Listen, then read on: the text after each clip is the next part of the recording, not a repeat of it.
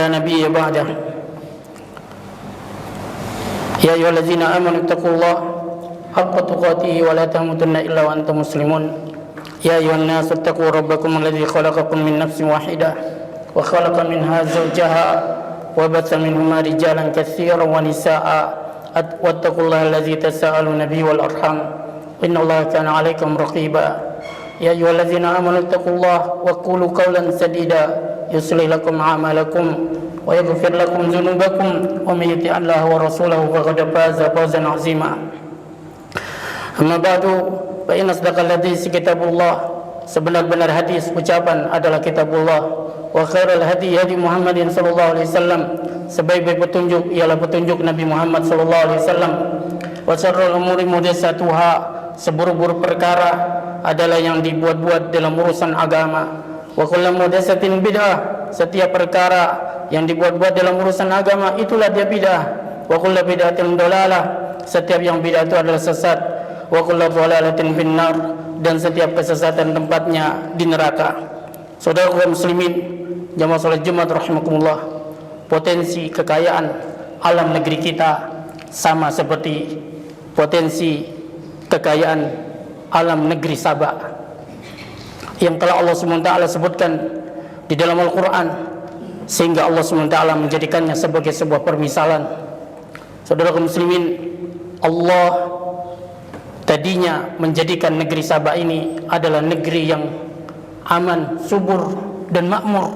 Keamanan negeri Sabah itu bukan saja aman dari kriminal dan kejahatan yang dilakukan oleh manusia, bahkan aman dari berbagai macam hewan-hewan yang membahayakan. Allah bersihkan negeri tersebut dari hal-hal yang membahayakan kehidupan manusia. Ini Allah sebutkan dalam Quran surat Sabah ayat yang ke-15. Laqad kana lisaba'in fi maskanihim ayah. Sungguh bagi kaum Sabah terdapat tanda-tanda kebesaran Allah di tempat tinggal mereka, di negeri mereka. Jannatani an yaminin wa shimalin, dua buah kebun yang ada di samping kanan negeri mereka dan di samping kiri. Kulu min rizki rabbikum, dikatakan kepada mereka, makanlah dari rezeki Tuhanmu. Baldatun thayyibatun, negeri kalian adalah negeri yang bagus, negeri yang baik. Wa rabbun ghafur, dan Tuhanmu adalah Tuhan yang Maha Pengampun. Imam Asy-Syaukani dalam tafsir Fathul Qadir menyebutkan dari Imam Abdurrahman bin Zaid tentang makna firman Allah SWT, laqad kana li saba'in fi maskanihim ayatun, sungguh ada pada kaum Sabah di negeri mereka itu tanda-tanda kebesaran Allah. Maksudnya, kata beliau, mereka tidak melihat di negeri mereka adanya nyamuk, adanya lalat, adanya kutu, adanya kalajengking, adanya ular-ular. Bahkan mungkin dalam zaman kita ini apa yang disebut dengan virus atau bakteri yang membahayakan kehidupan manusia. Saudara kaum muslimin, negeri Sabah juga adalah negeri yang sangat makmur. Mereka membangun sebuah bendungan yang disebutkan oleh para ahli sejarawan dengan nama Bendungan Ma'rib. Air dari bendungan ini dialirkan ke daerah, yaitu perkebunan yang terletak di samping kanan negeri tersebut dan juga di samping kiri. Sementara lanjutan ayat yang mengatakan jannatani an yaminin, dua buah kebun yang terdapat di samping kanan dan kiri. Itu Imam Tabi'in menyebutkan betapa suburnya negeri kaum Sabah, sehingga dikatakan bahwasanya seorang wanita itu mengangkat keranjang kosong di atas kepalanya untuk mewadahi buah-buahan yang berjatuhan. Saudara kaum muslimin, wanita ini pun keluar dari kebun tersebut dalam keadaan dipenuhi oleh buah-buahan di keranjang tersebut, tanpa perlu mereka berleti-leti memanjat dan memetiknya. Dan disebutkan juga sifat buah-buahan dari kaum negeri Sabah itu disebutkan dengan berbagai macam kelezatan dan keistimewaannya dibandingkan dengan buah-buahan yang berasal dari negeri-negeri yang lain. Saudara kaum muslimin, inilah dia baldatun thayyibatun yang sempat diimpikan oleh masyarakat negeri kita ini, dan pernah pula didongengkan oleh tokoh-tokoh bangsa ini, karena saking miripnya potensi alam kekayaan kita dengan apa yang disebutkan oleh Allah dalam Al-Quran tentang negeri kaum Sabah.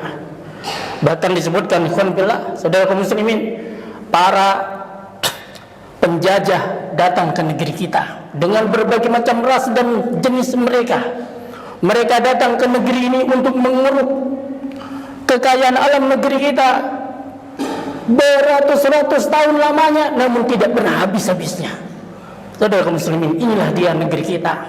Sekarang keadaannya telah berubah. Keadaannya telah berubah mulai dari bencana alam, tsunami, jatuhnya pesawat, terjadinya perampokan, terjadinya banjir bandang, saudara kaum muslimin, pembantian. Semua ini telah dialami di negeri kita ini. Seakan-akan hal ini mengingatkan kepada kita akan kondisi kaum negeri Sabah dikala mereka telah mengganti syukur dengan kufur. Hal ini memberikan isyarat kepada kita bahwasanya seakan-akan potensi alam kita ini telah berubah menjadi musuh, yang dari arah situlah muncul berbagai macam bencana dan musibah yang bertubi-tubi. Saudara kaum muslimin, sudah demikian gelapkah dunia ini sehingga tidaklah berlalu satu malam pun kecualinya di pagi hari kita telah menemukan mayat dengan tusukan dan bacokan serta yaitu simbahan darah. Saudara kaum muslimin, inilah dia dosa-dosa manusia telah mengotori bumi Allah Subhanahu wa taala. Allah Subhanahu wa taala menyebutkan tentang keadaan kaum Sabah dikala mereka telah merubah ketaatan menjadi kekufuran. Dalam sekejap Allah mengganti nikmat negeri ini menjadi nikmah, menjadi bencana. Allah turunkan kepada mereka, kirimkan kepada mereka hujan yang terus menerus sehingga bendungan Ma'rib pun menjadi full dan jebol. Saudara kaum muslimin, ini disebutkan oleh Allah dalam lanjutan ayat pada ayat yang ke-16. Apa kata Allah? Fa'aradu, mereka kaum Sabah itu berpaling dari ajaran agama Allah SWT. Fa'arsalna alaihim saylal arim, kami pun kirim kepada mereka banjir bandang yang besar. Wa baddalnahum bi jannatain zawatai uklin khamtin, kami ganti dua kebun mereka dengan dua kebun yang hanya menumbuhkan buah-buahan yang pahit. Wa aslin, dan pohon asal. Wa sayin min sidrin qalil, dan sedikit dari pohon sidir. Imam Ibnu Katsir menyebutkan tentang keadaan pasca terjadinya banjir bandang yang besar dengan berkata, keadaan sudah tidak ada lagi keamanan. Hama-hama tikus merajalela, tidak ada yang bisa diharapkan dari dua kebun mereka. Tidak ada yang tumbuh kecuali pohon-pohonan yang tidak bisa mereka makan dan tidak pula bisa mereka manfaatkan. Karena itu saudara kaum muslimin, penting bagi kita untuk mengetahui apa saja hal-hal yang bisa mengundang datangnya azab Allah Subhanahu wa taala. Barakallahu li wa lakum fil Qur'anil azim.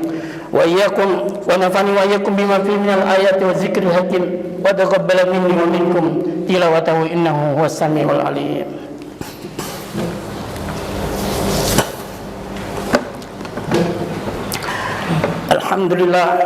Alhamdulillah wassalatu wassalamu ala rasulillah wa ala alihi wa ashabihi wa man tabi'ahum bi ihsanin ila yaumil qiyamah.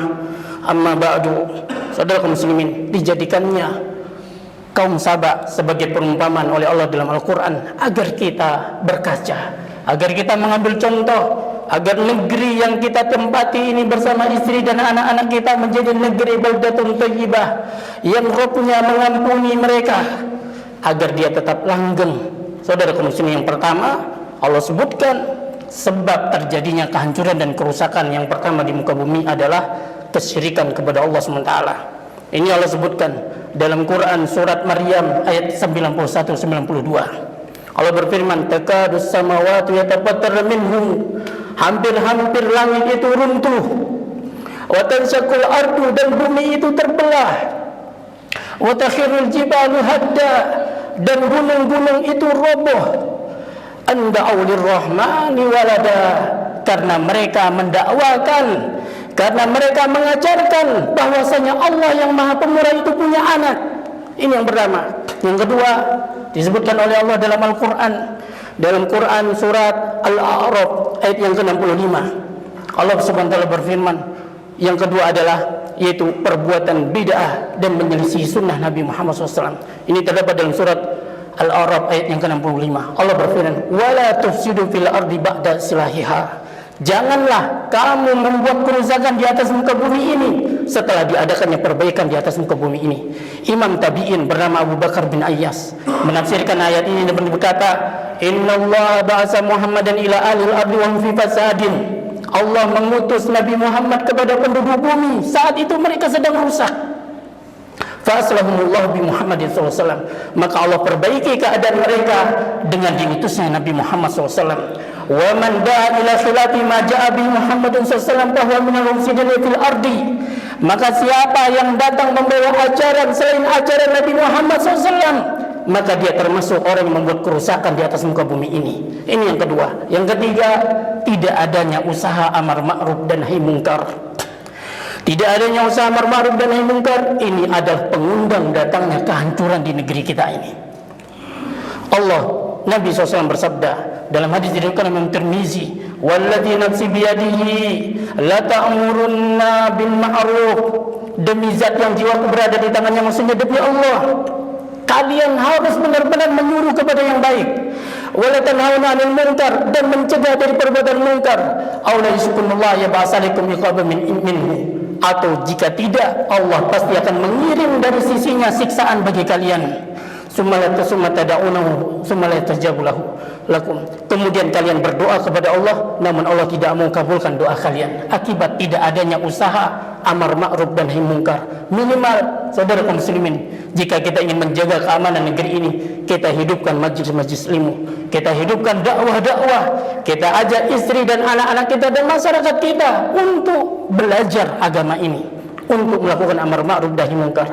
Saudara kaum muslimin, yang terakhir, yang keempat, pengundang datangnya azab Allah adalah robohnya dan runtuhnya akidah al-wala dan al-bara. Apa itu al-wala dan al-bara? Yaitu cinta dan benci karena Allah Subhanahu wa taala. Allah berfirman dalam Quran surat Al-Anfal ayat yang ke-27, "Walladzina kafaru ba'duhum awliya'u ba'din." Dan orang-orang yang kafir satu sama lain mereka menjadi saling tolong menolong. Illa taf'alu takun fitnatun fil ardi wa fasadun kabir, kata Allah. Jika kalian, hai orang-orang yang beriman, tidak berbuat seperti ini, tidak saling tolong menolong, akan terjadi fitnah di muka bumi ini dan kerusakan yang sangat besar. Para ulama mengatakan cinta dan benci karena Allah sejatinya adalah kecintaanmu kepada orang Islam tidak akan pernah pudar sekalipun orang Islam itu menyakiti hatimu. Dan kebencianmu kepada orang-orang kafir itu tidak akan pernah hilang meskipun dia memberikan hadiah dan menyenangkan dirimu. Saudara kaum muslimin, maka di akhir tahun ini kita mesti waspada. Dan kewaspadaan kita yang terbesar itu adalah dengan kita kembali kepada ajaran agama Allah Subhanahu wa taala, sehingga begitu terjadinya bencana dan musibah, justru ini sebagai penghapus dan pembersih dosa-dosa saudara kita yang tertimpa musibah. Di saat yang sama sebagai persekop bagi siksaan yang diterima oleh orang-orang kafir. Saudara kaum muslimin, semoga Allah SWT menjadikan kita sebagai hamba yang diampuni oleh Allah, kembali kepada jalan Allah, kembali kepada syariat Nabi Muhammad SAW, sehingga Allah SWT menjadikan negeri kita menjadi negeri yang aman dan makmur. Semoga Allah mengampuni dosa kita, dosa saudara-saudara kita yang tertimpa bencana, memasukkan mereka ke dalam golongan hamba-hambanya yang mati syahid. Allahumma sholli ala Muhammad wa ala ali Muhammad kama shallaita ala Ibrahim wa ala ali Ibrahim innaka Hamidum Majid. Wa barik ala Muhammad wa ala ali Muhammad kama barakta ala Ibrahim wa ala ali Ibrahim innaka Hamidum Majid.